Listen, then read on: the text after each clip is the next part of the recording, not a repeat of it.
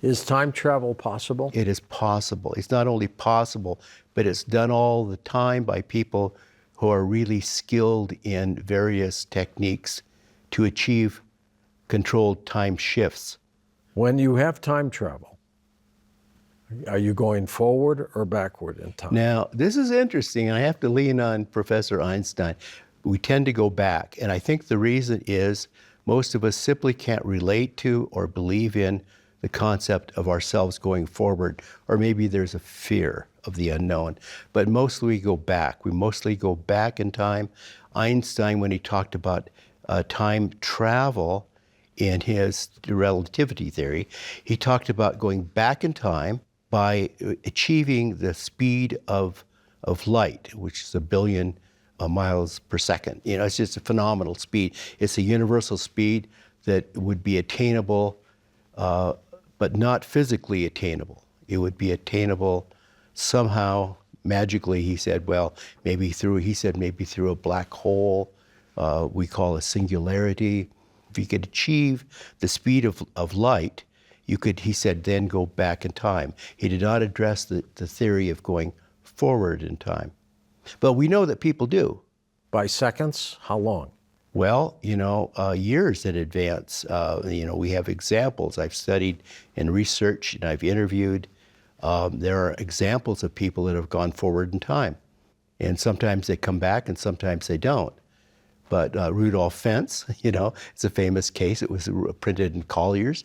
I mean, he went forward in time decades and never returned. What do you mean never returned? He was struck by a car and never returned.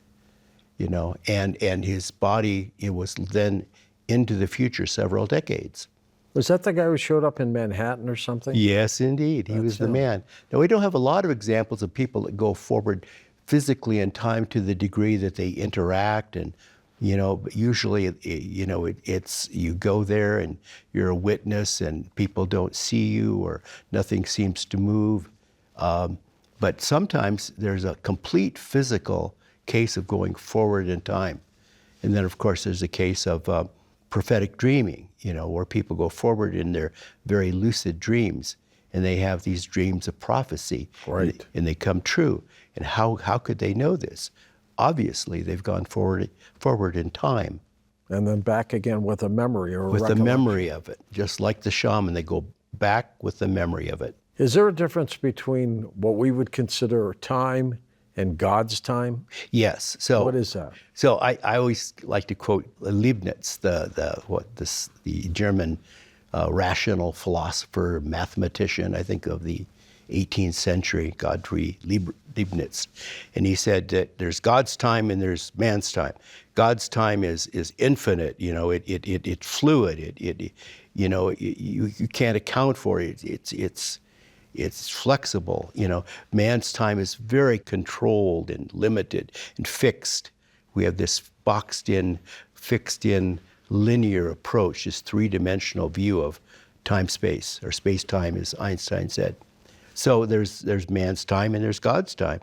And Leibniz says, well, you just don't, he said, don't fret, it's just sooner or later. Is time travel physical or mental? Yes and yes.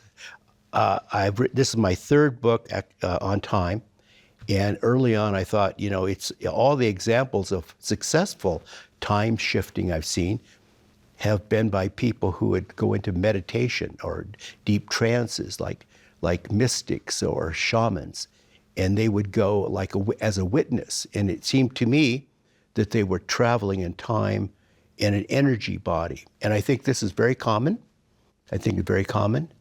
And it's more than just astral travel. It's actually all your energy body is leaving. And consciousness, of course, is intelligent energy that occupies all your subtle bodies. But I do have to admit, and with personal experience as well as research, that physical time travel is possible, though rare.